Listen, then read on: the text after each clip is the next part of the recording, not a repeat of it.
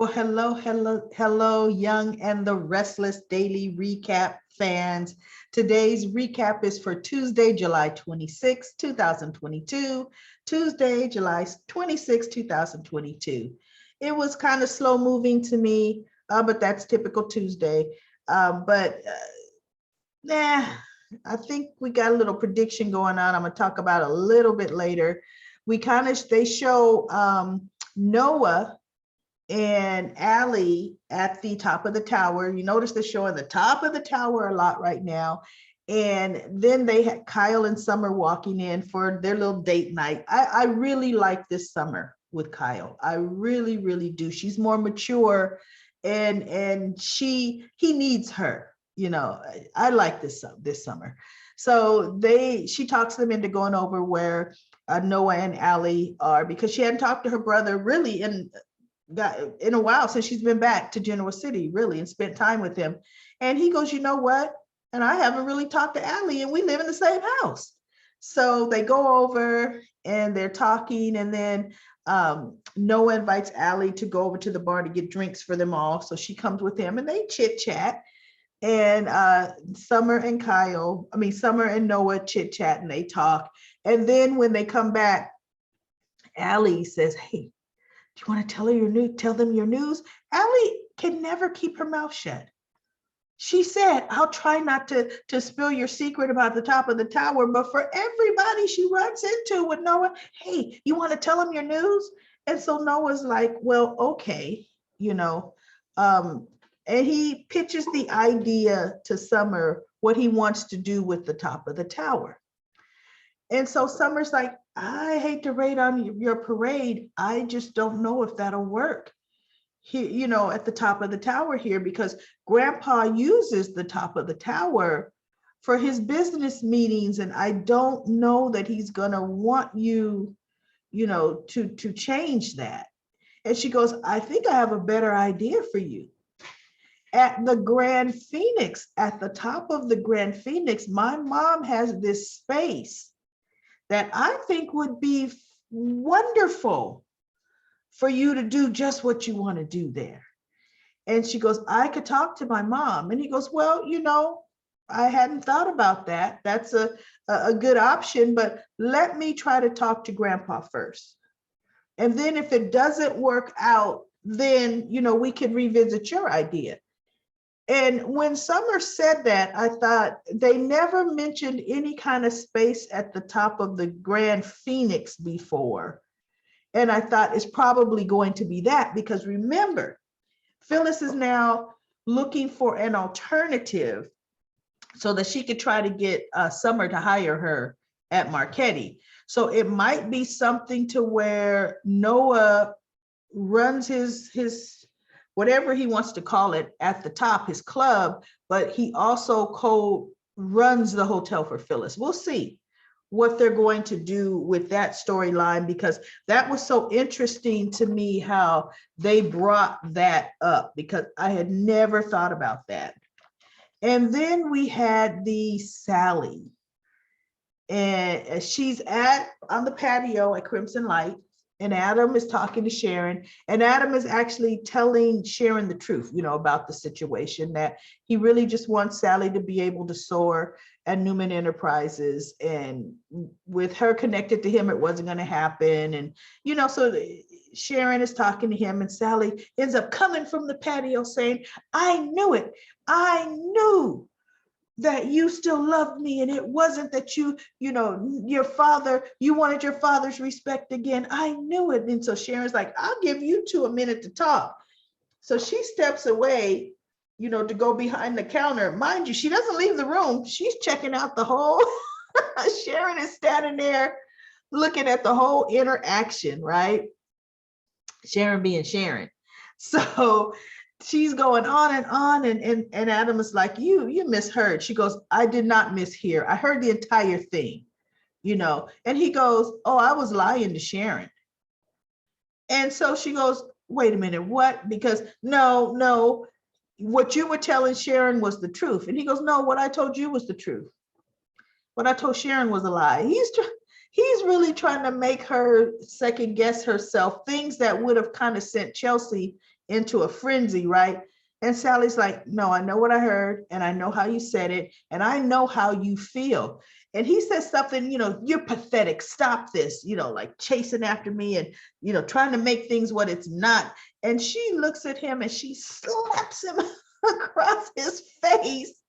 And after she slaps him, she pulls him in to kiss him. And he didn't fight the kiss. And she realizes, okay, he's not fighting this kiss. So she pulls him in again and kisses him again, more tenderly. And then he puts his arm around her. And I was thinking, okay, she's getting all the confirmation she needs, Adam, and he realizes what he was doing, that he was falling into his emotions. So he stops the kiss and he says something Adamish to her. And he just walks out because he realizes, oh, shoot. My actions just spoke louder than my words, right? So Sharon, and then that's when the camera shows Sharon like, ooh, okay, this was a pretty good scene between these two. And she watches Adam walk right out of Crimson Light.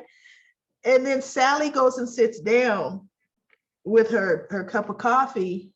And Sharon comes over and asks her, can I join you? Or either Sharon brings her a cup of coffee and says, can I join you? You want to talk about it? And Sally was like, yes, I do want to talk about it. No, she is bearing her little heart out. He's saying he lied to you. And what he told me was the truth. What do you think? And Sharon's like, I think it's probably somewhere in the middle. The truth is somewhere in the middle of what he told you and what he told me. Sharon was still trying to be pretty much, she wasn't taking sides to either one of them, but she was just offering some insights, to the dynamics. And she's like, it's going to be complicated and you're going to need to figure your way around this situation and then find out, what do you really want? And I mean, she's like, look, Adam can be complicated and it'll take you some time to navigate your way around it. But, Sally just kind of listened. She's still, but this is just a job. I'm thinking, oh my goodness, you either want it or you don't. If it's so much just a job, then quit it and go after Adam. Quit the job and say, look, I told you it didn't mean anything to me. It's you I want. But then she knows, wait, what if he's really telling the truth? I don't want to mess up this next 90 days where I could prove myself to be, a formidable businesswoman. So we shall see what Sally does. And then we go back to Chance talking to Victoria and Nicholas about Ashley. So he's getting down the facts. Oh, no, before Chance gets there, Victor just walks through the door in his suit. And Nick is like, what are you doing here? And Victoria's like, yeah, Dad, Dad, what are you doing here? And he's like, I came to protect you. What do you mean? And in my mind, I'm like, a day late and $1 short for protection. His little girl would have been dead had Nick not gotten there. Victor, protection. And they're looking like protection. So he doesn't even really have a chance to say too much because now Chance is there. Knock on the door, it's Chance. So Chance is going step by step, asking questions and, Victoria's events. And then Nick takes over with, after she goes into the kitchen to get her phone to supposedly to call the police. And then he was saying how Ashlyn was still trying to go get to Victoria, and they argued and he hit him and he hit his head and he fell right, on the fireplace. And I thought I couldn't feel a pulse. Victoria came out. She tried to feel for a pulse. She even tried to resuscitate him and to no avail. So Nick's like, he goes, look, I wanted to protect my sister, but the thought of taking a human life, I needed to get some air, So he says he went out and Victoria went after him. And they talked and he says, I cooled down and we came back in and Ashlyn was gone. And so Chance goes over and he's looking at the pool of blood still sitting there by the fireplace, and he's touching the edge of the fireplace. He goes, this is pretty sharp. I don't see how Ashlyn could have gotten up and walked away without a blood trail here. And Nick is like, we're wondering the same thing. And Victoria and Victor's kind of like, so what are you trying to say? I mean, maybe, maybe he wasn't hurt as bad as they thought he was, but Victor wasn't interjecting too much into the conversation. He's letting Nicholas and Victoria talk about it, but he was kind of directing Chance, pretty much saying, I think you need to alert the Abbotts that Ashlyn Locke is out there because, they may be in danger, or the boy Harrison, he may come after him. And so Chance is like, I will let them know. And then he said, well, where's Ashlyn's car? And so Nick says he didn't park in front, because when I got here, I had no idea he was here. So his car, Victoria says, well, he was stalking me out the back door. So maybe his car was parked out back on another side street. And so Chance says, so Victor's like, well, maybe you should have your men comb the neighborhood. And I'm thinking, well, Chance would have thought about that, Victor. So Chance is like, no, I am. We're going to search, because look, he lost that much blood. He really can't be walking around too far. I mean, he's not going to get too far like this. So Chance leaves. And it was funny, as his whole demeanor, as Victoria's telling her story, his whole demeanor when he walked in, I thought,